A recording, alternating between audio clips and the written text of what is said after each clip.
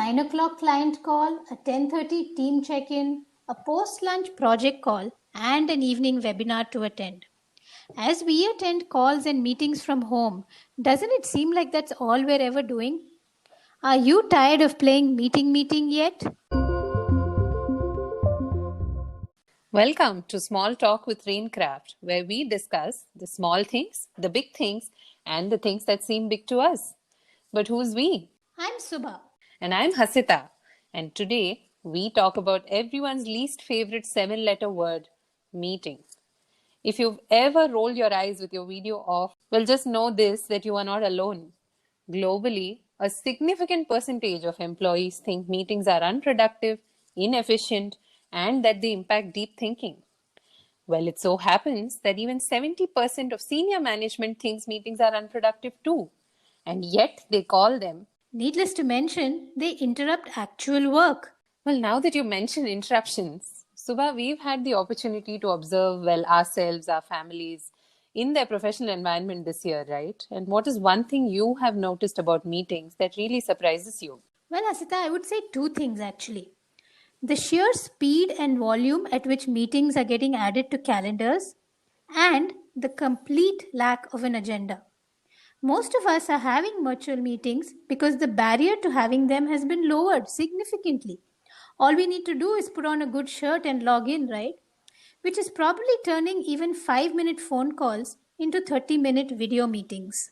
Yeah, I remember how happy we were that this was how it was panning out in the initial days.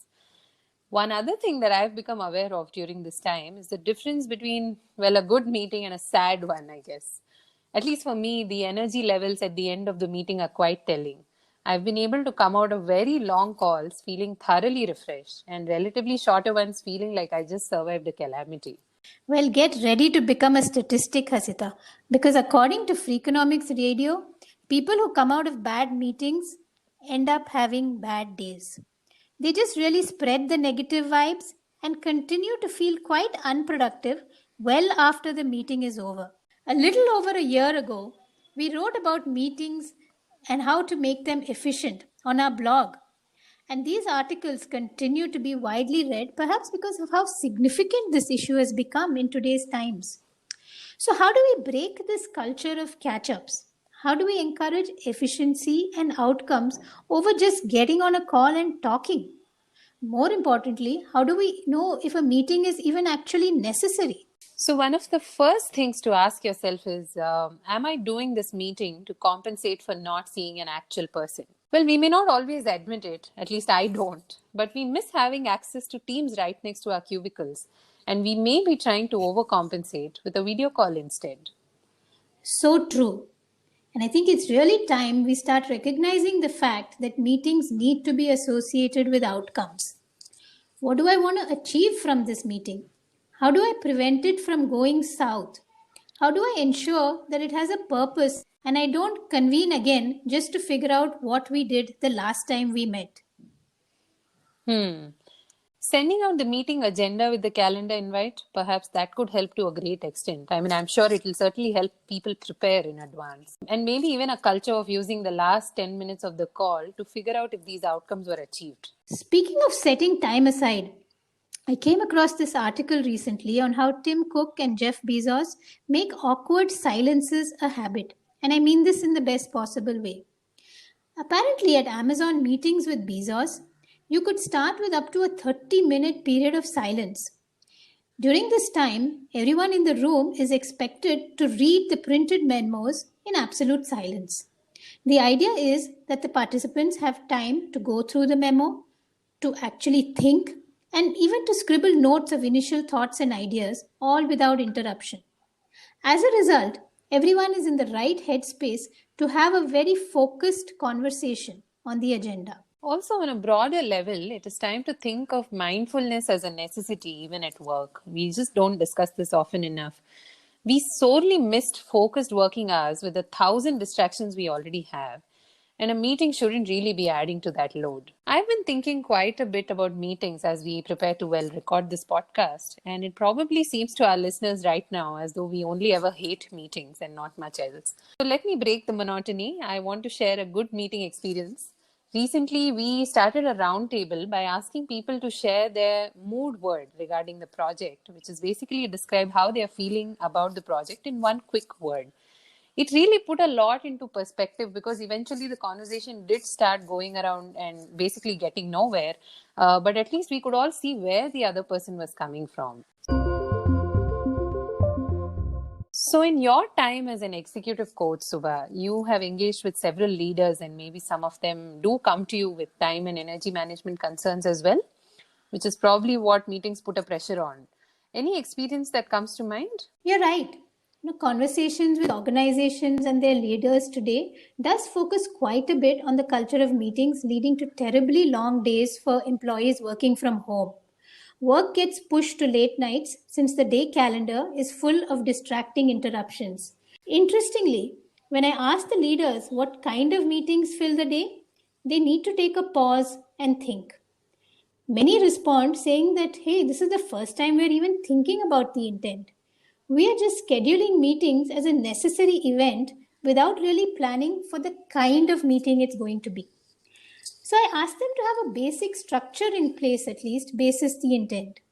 Is it a gathering to share some information with the larger group? Or are you calling certain experts because you want to arrive at a decision? It could also be a pure brainstorming session looking for new ideas, or a standard business or project status update discussion.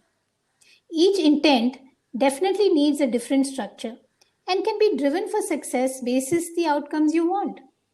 If much hasn't gone into it, the experience is terribly draining and then a much larger time management issue emerges. And it's action time. What would you say, Subha, are some action points for our listeners to make their meetings more bearable, if not, well, dare I say it, fun?